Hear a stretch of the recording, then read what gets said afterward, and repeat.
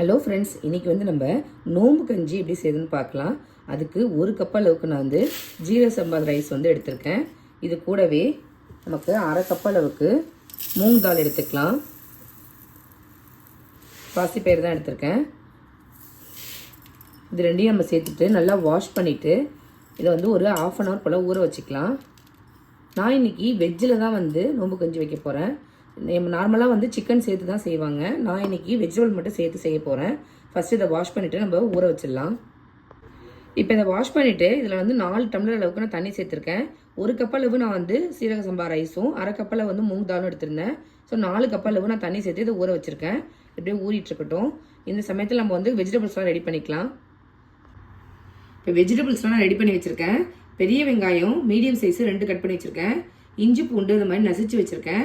கொஞ்சமாக beans 4 பீன்ஸை cut பண்ணி வச்சுருக்கேன். அதே மாதிரி ஒரு சின்ன கேரட் கட் பண்ணி வச்சுருக்கேன். 3 பச்சை மிளகாய் இந்த மாதிரி உடச்சி வச்சுருக்கேன். ஒரு தக்காளி கட் பண்ணியிருக்கேன். இவ்வளோதான் இதுக்கு தேவையான பொருட்கள். அதுக்கப்புறமா கொஞ்சமாக புதினா கொத்தமல்லி எடுத்திருக்கேன். ஒரு கைப்பிடி அளவுக்கு புதினா, அதில் பாதி அளவுக்கு கொத்தமல்லி எடுத்து வச்சுருக்கேன். இப்போ ஒரு குக்கர் வச்சுருக்கேன். அதில் 2 டேபிள் ஸ்பூன் அளவுக்கு ஆயில் சேர்த்துருக்கேன். ஆயில் சூடானதும் இதில் நம்ம ஸ்பைசஸ்லாம் சேர்த்துக்கலாம். கொஞ்சம் கொஞ்சமாக சேர்த்தா போதும்.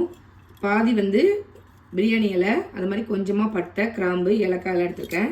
இதெல்லாம் சேர்த்து பொரியட்டும். ஸ்பைசஸ் பொரிஞ்சதும் கட் பண்ணி வச்ச வெங்காயத்தையும் பச்சை மிளகாயும் உள்ளே சேர்த்துக்கோங்க.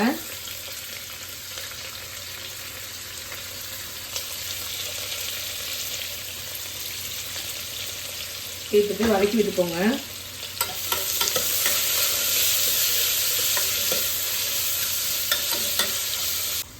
வெங்காயம் பாதி அளவு வதங்கினோடனே நம்ம எடுத்து வச்சிருந்த புதினா கொத்தமல்லியை உள்ளே சேர்த்துக்கலாம். சேர்த்துட்டு வதக்கிக்கோங்க. புதினா கொத்தமல்லியெல்லாம் நல்லா வதங்கி வந்துட்டு இந்த ஸ்டேஜில் நம்ம இடித்து வச்சுருந்த இஞ்சி பூண்டை உள்ளே சேர்த்துக்கலாம். அரைச்சி பேஸ்ட்டை விட இடித்து சேர்க்கறது நல்லா ஃப்ளேவராக இருக்கும். அதுக்காக தான் நான் இப்படி சேர்த்துருக்கேன். சேர்த்துட்டு நல்லா ராஸ்மெல் போகிற அளவுக்கு வதக்கி விட்டுக்கோங்க.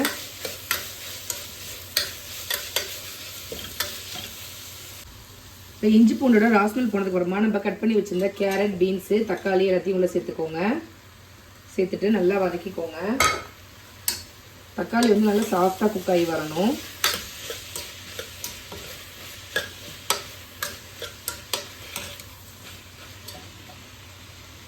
இப்போ மசாலாஸ்லாம் சேர்த்துக்கலாம்.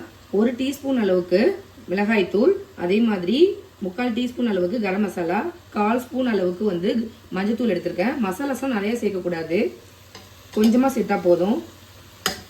சேர்த்துட்டு நல்லா வதக்கி விட்டுக்கோங்க.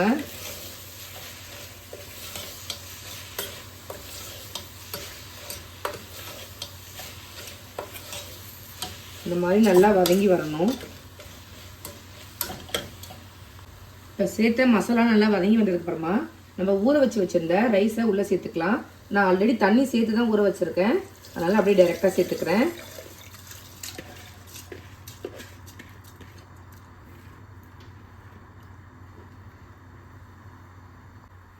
இப்போ எல்லாத்தையும் சேர்த்துட்டு இதுக்கு தேவையான அளவுக்கு நம்ம சால்ட்டு சேர்த்துக்கலாம். சால்ட்டு சேர்த்துட்டு நல்லா மிக்ஸ் பண்ணிக்கோங்க. இப்போ இதை க்ளோஸ் பண்ணிவிட்டு பாருங்கள், நான் 4 விசில் விட்டு எடுத்திருக்கேன். இந்த அளவுக்கு நல்லா சூப்பராக கரைஞ்சி வந்திருக்கு அப்படின்னு. இப்போ கடைசியாக இது கூட நான் டேஸ்ட்டுக்காக கொஞ்சமாக தேங்காய் பால் சேர்த்துக்கிறேன்.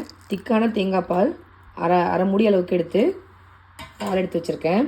அதையும் சேர்த்துட்டு நல்லா மிக்ஸ் பண்ணிவிட்டு சர்வ் பண்ணிங்க அப்படின்னா சூப்பரான நோம்பு கஞ்சி ரெடி. நீங்களும் இதே மாதிரி உங்கள் வீட்டில் செஞ்சு பாருங்கள். எப்படி இருக்குது அப்படிங்கிறத கமெண்ட் பண்ணுங்கள். நான் போகிற ரெசிபீஸ்லாம் உங்களுக்கு பிடிச்சிருந்தா நம்ம சேனலை லைக், ஷேர் அண்டு சப்ஸ்கிரைப் பண்ண மறக்காதீங்க. தேங்க்யூ.